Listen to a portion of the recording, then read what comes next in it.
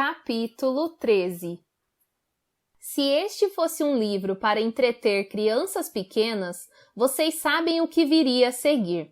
Desmascarada a identidade e desmascarados os planos maléficos do vilão, a polícia entraria em cena e o poria na cadeia para o resto de sua vida, enquanto os valentes garotos iriam festejar com uma pizza e viver felizes para sempre. Mas este livro trata dos órfãos Baudelaire, e vocês e eu sabemos que a probabilidade de essas crianças desgraçadas viverem felizes para sempre é quase a mesma de o tio Monte ressuscitar. De qualquer modo, ao tornar-se evidente a tatuagem, os órfãos Baudelaire tiveram a impressão de que pelo menos uma pequena parte do tio Monte voltara para eles, quando, de uma vez por todas, provaram a traição do Conde Olaf. É o olho, não resta a menor dúvida, disse o Sr. Paul e parou de esfregar o tornozelo do Conde Olaf. O senhor é indubitavelmente o Conde Olaf. Considere-se preso, indubitavelmente. E eu estou profundamente chocado, disse o Dr. Luca Fonte, batendo suas mãos estranhamente sólidas contra a cabeça. Não menos do que eu, concordou o Sr. Paul, segurando o braço do Conde Olaf a fim de impedir que fugisse para algum lugar. Violet, Klaus, Sunny, por favor, me perdoem por não ter acreditado antes em vocês. É que parecia muito estrambótico ele ter ido à procura de vocês disfarçado como um assistente de laboratório e arquitetado todo esse plano maquiavélico para roubar a fortuna de vocês. Eu só fico imaginando o que pode ter acontecido com Gustavo, o verdadeiro assistente de laboratório do tio Monte. Klaus conjecturou em voz alta. Se Gustavo não tivesse desistido do emprego, tio Monte jamais teria contratado o Conde Olaf. O Conde Olaf havia se mantido em silêncio o tempo todo, desde a revelação de sua tatuagem. Seus olhos brilhantes iam de um lado para o outro, observando cada um dos presentes com a mesma atenção que um leão a vigiar um rebanho de antílopes à procura daquele que mais vale a pena matar e comer. Mas ao ouvir o nome de Gustavo, não se conteve. Gustavo não desistiu, disse com o chiado característico de sua voz. Gustavo está morto. Um belo dia em que ele se pôs a colher flores silvestres, eu o afoguei no Pantanal. Depois forjei um bilhete que comunicava sua desistência. O Conde Olaf olhava para as 3 crianças como se fosse atirar-se sobre elas e estrangulá-las, mas pelo contrário, ficou absolutamente imóvel, o que de certo modo era ainda mais assustador. Isso, entretanto, não é nada comparado ao que farei com vocês, órfãos. Vocês ganharam essa etapa do jogo, mas voltarei para pôr a mão na fortuna e na preciosa pele de vocês. Não se trata de um jogo, homem abominável, disse o Sr. Paul. Jogo é dominó polo aquático. Assassinato é um crime e você pegará cadeia por ele. Vou agora mesmo levar você para a delegacia de polícia na cidade. Droga! Não posso. Meu carro está destruído. Tudo bem. Levo você no jipe do Dr. Montgomery e vocês, crianças, me sigam no carro do Dr. Luca Fonte. Finalmente, vocês vão poder ver como é o carro de um médico. Seria mais fácil, disse o Dr. Luca Fonte, colocar Stefano no meu carro e as crianças irem no jipe. Afinal de contas, o corpo do Dr. Montgomery está no meu carro, de modo que não sobra espaço para as 3 crianças. Bem, disse o Sr. Paul, eu não queria desapontar as crianças depois de terem passado por tudo o que passaram. Podemos remover o corpo para o jipe e então... Não estamos nem um pouco interessados no interior do carro de um médico, disse Violet impaciente. Inventamos isso só para não nos vermos encurralados sozinhos com o Conde Olaf. Vocês não deviam inventar mentiras, órfãos. disse o conde Olaf. Não creio que o senhor possa dar lições de moral às crianças, Olaf, disse o senhor Paul austeramente. Pois bem, Dr. Luca-Fonte, leve-o o senhor. O Dr. Luca-Fonte segurou o ombro do conde Olaf com uma de suas mãos estranhamente rígidas e conduziu-o à saída da sala dos répteis e depois à saída da casa, parando junto à porta da frente para dar ao Sr. Paul e às crianças um sorriso pouco natural. Diga adeus aos órfãos, conde Olaf, disse o Dr. Luca-Fonte. Adeus, disse o conde Olaf. Adeus, disse Violet. Adeus, disse Klaus. O Sr. Paul tossiu no seu lenço e fez, sem muita vontade, um meio aceno para o conde Olaf, a título de adeus. Mas Sunny não disse nada. Violet e Klaus baixaram os olhos para ela, surpresos de que não houvesse falado eit ou du, ou qualquer das várias palavras que tinha para dizer adeus. Sunny, no entanto, estava encarando o Dr. Luca-Fonte com um olhar de determinação, e em coisa de um instante deu um salto no ar e mordeu-o na mão.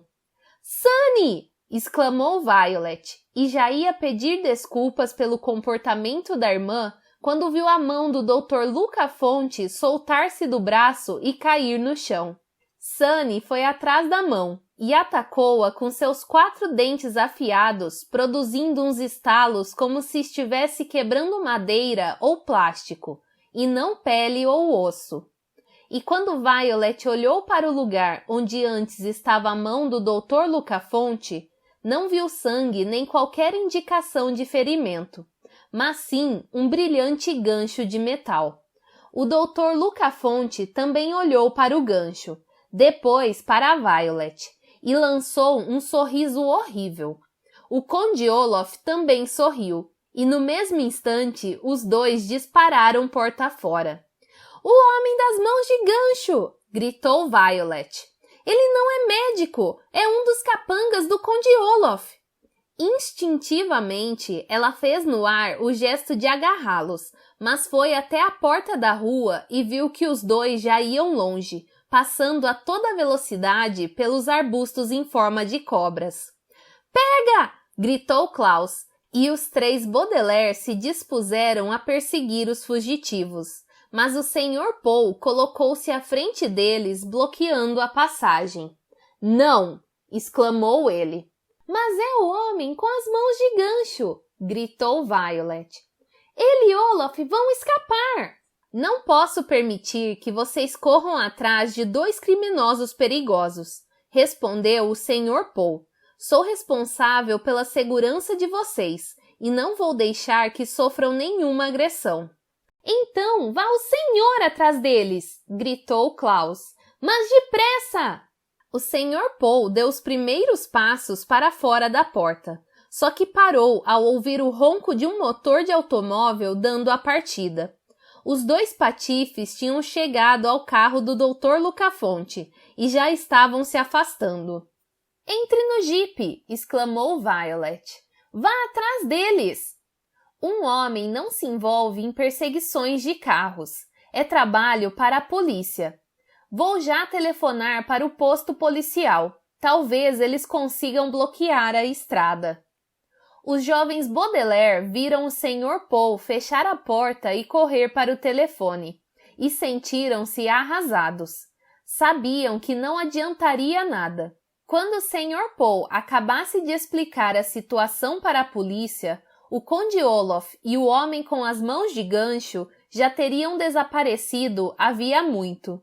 Subitamente exaustos, Violet, Klaus e Sunny caminharam até a enorme escada do tio Monte e sentaram-se no degrau mais baixo, ouvindo o som amortecido do Sr. Paul a falar ao telefone.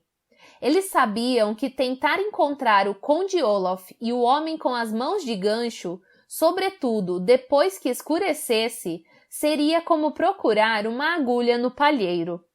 Apesar da ansiedade pela fuga do conde Olaf, os 3 órfãos devem ter dormido por algumas horas, pois quando se deram conta já havia anoitecido e eles continuavam ali no degrau.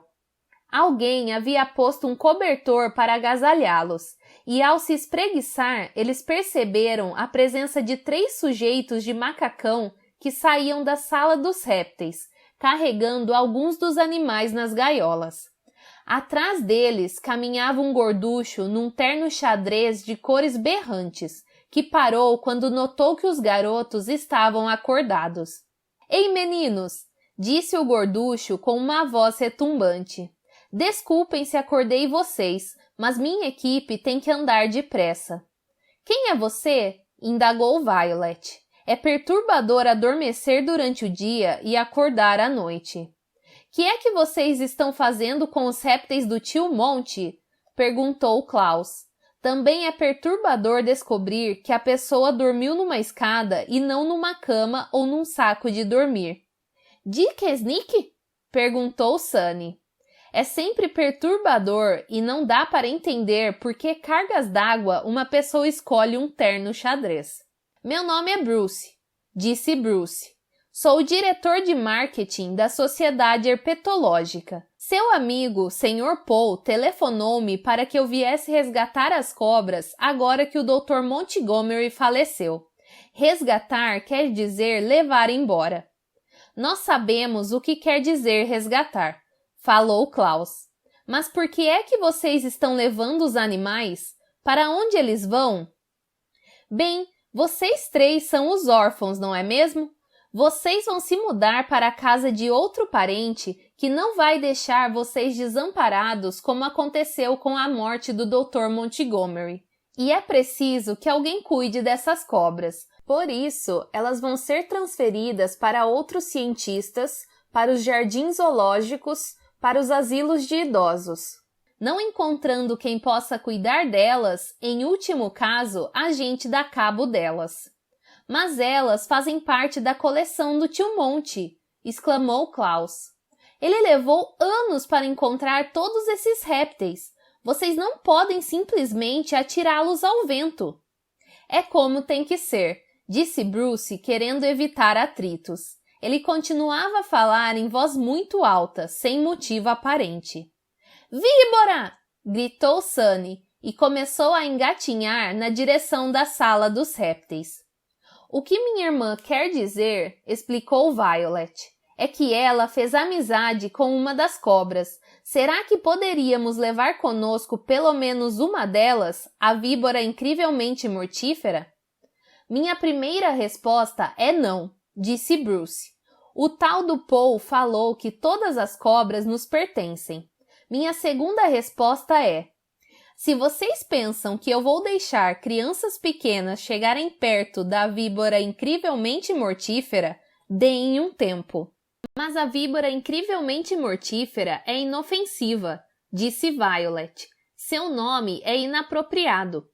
Bruce coçou a cabeça. "É o quê?" "Isso quer dizer que é um nome enganador, um nome errado", explicou Klaus. "Foi o tio Monty quem a descobriu e por isso tinha que lhe dar um nome."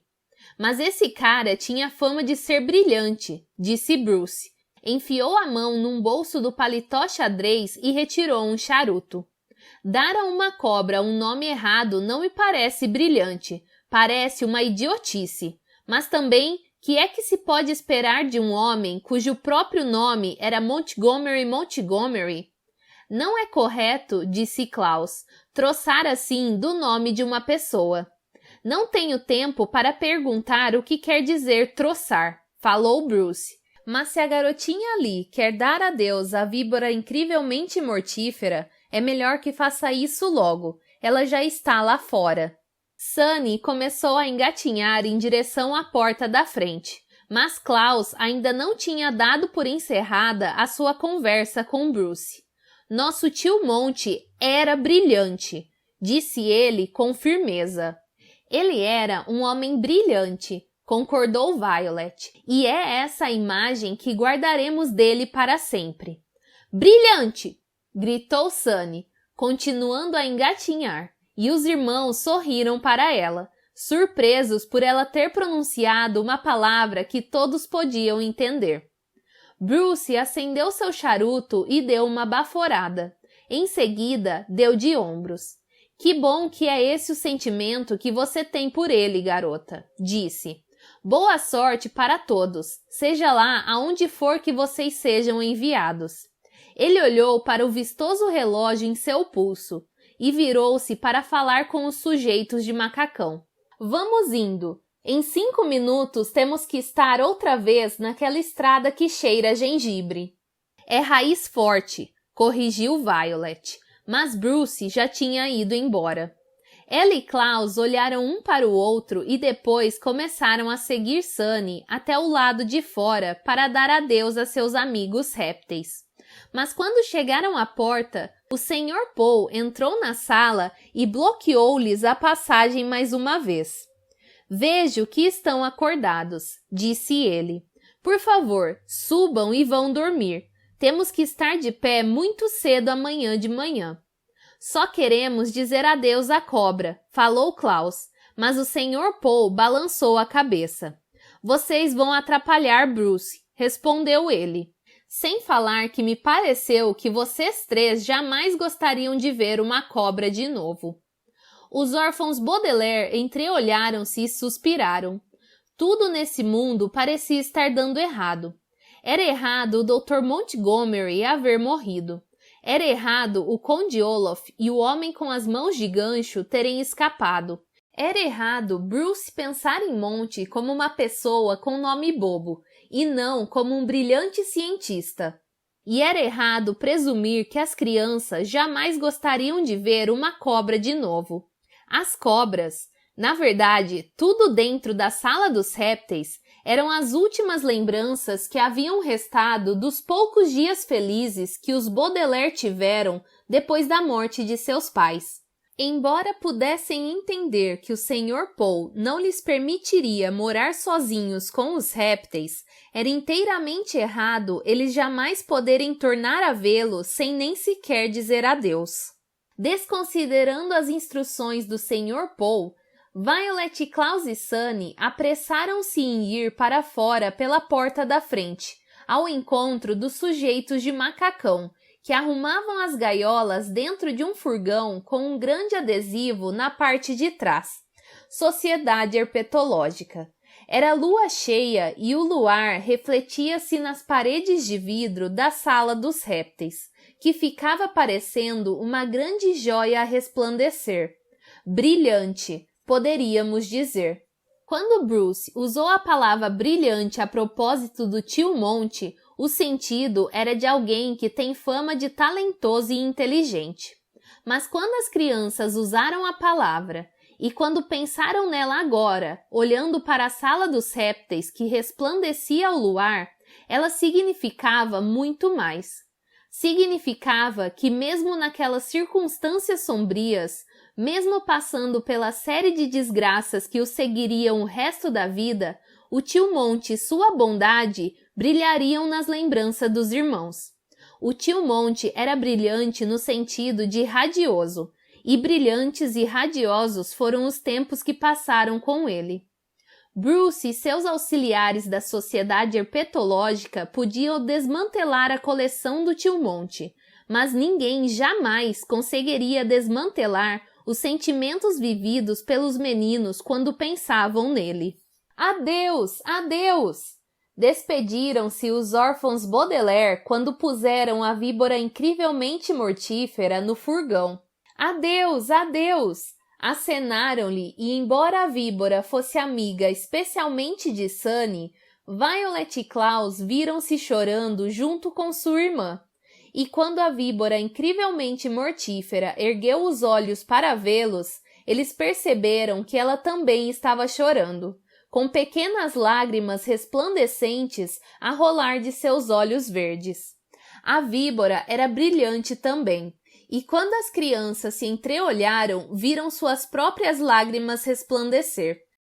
Você foi brilhante, Violet murmurou para Klaus, quando pesquisou as informações sobre a mamba do mal. Você foi brilhante, Klaus murmurou retribuindo, quando apanhou as provas do crime na mala de Stefano. Brilhante, repetiu Sunny, e Violet e Klaus deram-lhe um abraço apertado. Até a mais jovem dos Baudelaire havia sido brilhante ao desviar a atenção dos adultos com a víbora incrivelmente mortífera. Adeus, adeus! Despediram-se os Baudelaire com acenos para os répteis do tio Monte. Ficaram ali juntos ao luar e continuaram acenando, mesmo depois que Bruce fechou as portas do furgão. Mesmo depois de o furgão ter passado pelos arbustos em forma de cobras e ter seguido a rampa até o mau caminho. Mesmo depois de ter dobrado uma curva e desaparecer no escuro.